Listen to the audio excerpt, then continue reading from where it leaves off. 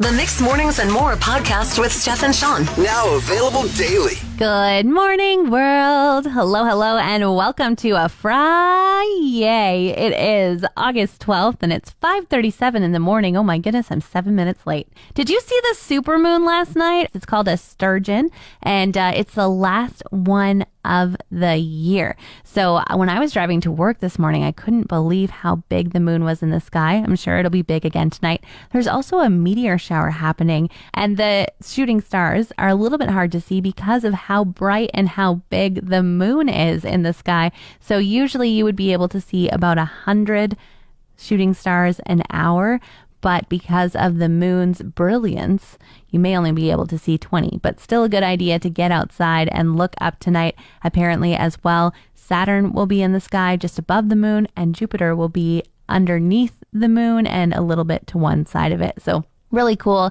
I chatted with John Tupper yesterday morning, and I put it in the podcast. So if you want to hear more of that interview to know where to look in Wood Buffalo, go listen to that. I have a Friday morning math lesson for you, just thinking about going back to school. No, I'm kidding. But I did read this really cool article about how you can measure things with your thumb and see how far away they are from you. And I thought it was useful information. So basically, you take your arm and you put your thumb up as if you're hitchhiking as far out as you can, and you put it in front of something that you know the distance of. So you're like, I know that this car is 15 feet long. So you put your thumb in front of that and you close one eye, and then you do the opposite. Open that eye, close the other, and however far your thumb moved, if you're like, oh, that's probably half a car length, you would say, okay, that's about 7.5 feet. Then you multiply it by 10 and you can say that, that car is about 75 feet away. And apparently it works. Apparently you can actually go out and measure and be like, you know what? Within about 5 feet, I was correct. Crazy. I've just tried it in the parking lot. I can't even believe that if I close one eye, my thumb moves. It's amazing. A friend of mine was in a planning meeting for September and into the fall yesterday, even though he was intending to hand in his notice next week. And he finally said to his boss, I actually don't plan on working here in September, as she kept piling on things like, okay, and you'll take care of this and you'll take care of this. And he said you could literally see the dread in her face when she realized that all of that work that she was handing him was going to go to a new hire that she had to find, or she was going to have to do it. And he said it just got super awkward. And he was like, of course I was planning to tell her, but I wasn't planning on telling her in that meeting. How have you quit your job? Do you just always put in that nice formal letter with the 2-week notice? I am really bad at quitting jobs. I absolutely don't do that, but I usually cry. I'll go to my manager. They've been so wonderful. We've had such a great experience together, and I feel so bad. Even when I was in high school, I worked at Tim Hortons for 4 years.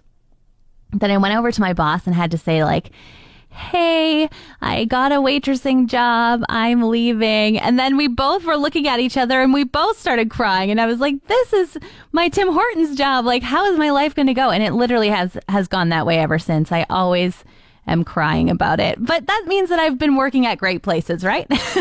Have you heard of the Better Sleep app? A friend of mine was talking about sleeping with their window open and just how loud it was. And there's cats just kind of fighting outside her window.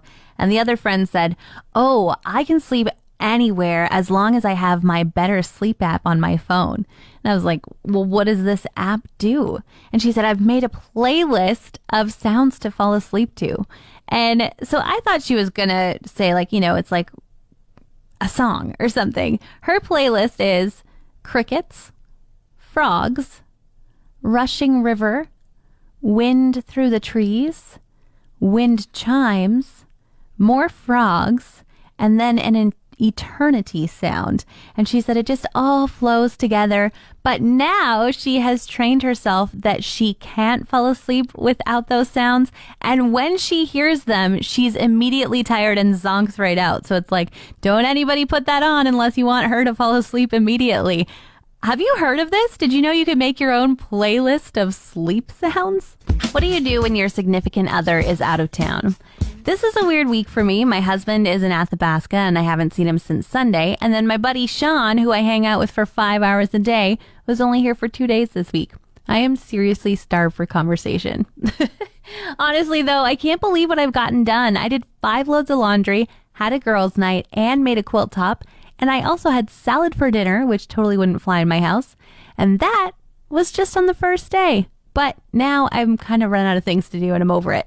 What do you do when your significant other is out of town? Any tips? Well, I have two guests joining me this morning. I have Janine, the manager of Indigenous and Rural Relations, and Lauren, the advisor of Indigenous and Rural Relations with the RMWB. Hello to you both. Good morning. Hi, good morning. Hi, thank you for joining me today. And you are joining me because there's a challenge to get ready for September 30th. Can you tell me a little bit about it? On Monday, August 15th, we are launching the 7-week Truth and Reconciliation Challenge. It is a 7-week challenge leading up to September 30th, which will look at different themes and activities to learn about reconciliation. Wonderful. Now, who can take part in it? Yeah, so the challenge is open to everybody, so all residents of Wood Buffalo and any organizations as well that want to sign up as a group. We had some teachers and schools participate as an organization last year, so that was really great. So yeah, it's open to everybody who wants to take personal commitment to reconciliation.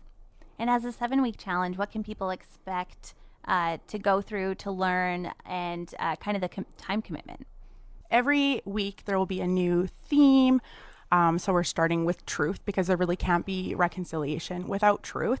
And there will be resources to read and learn more, as well as activities. And this year we're really excited to be able to do events where people can come in and really connect with other people and learn together and really make it a community kind of led or community of reconciliation. Yeah, last year it was tough with COVID. We weren't able to gather in person. And so this year it's going to be a mix of both online learning, so things you can do at your own pace and kind of do in your extra time. And then there's also going to be some in-person engagements and events and some exclusive content for those that are registered and actively participating. For me, I definitely want to take part, but I am going on holidays in the middle there. Is that okay? I can still do it? Absolutely. Yeah, you can go back at any time. If you miss any weeks, you can go back at your own pace. And yeah. Where can we sign up? You can sign up at rmwb.ca/TRC. You can start by taking your personal commitment to reconciliation and subscribe on our participate page as well, so you'll get a free weekly update right in your inbox. Wonderful. Thank you so much to Janine and Lauren for joining me today. Did you have anything else you'd like to add? No, I just hope everybody takes the time, and you can take as much or a little time as you like based on your own schedule and interests, but it's a really great way to hopefully advance reconciliation right here in Wood Buffalo. My guests this morning, Janine and Lauren, who both work in the Indigenous and Rural Relations Department with the RMWB. You can find more information on our website as well. I'll throw this interview in the podcast, so if you want to hear it again and learn more, you can go listen there as well. Want more of today's show? Download the Mixed Mornings and More podcast. Now available every weekday.